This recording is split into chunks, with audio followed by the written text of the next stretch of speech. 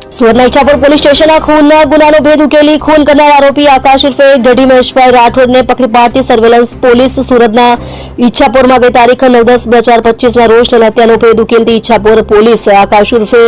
ગઢી મહેશભાઈ રાઠોડ દ્વારા મૃતક રોહિત કંચન રાઠોડ ઉંમર વર્ષ 18 તેનું ગળું દબાવીને હત્યા કરાઈ હતી, જેમાં સિવિલ હોસ્પિટલમાંથી ટેલિફોનિક વર્દીના આધારે કોલ મળતા ઈચ્છાપુર પોલીસ સિવિલે ગઈ હતી, જેમાં પીએમ કરતા પોલીસને જાણ થઈ કે મૃતક રોહિતનું ગળું દબાવવાના કારણે મોત થયું છે, જેમાં ઈચ્છાપુર પોલીસ સ્ટેશનના incharge police inspector VL Parmar સાહેબશ્રીના માર્ગદર્શન હેઠળ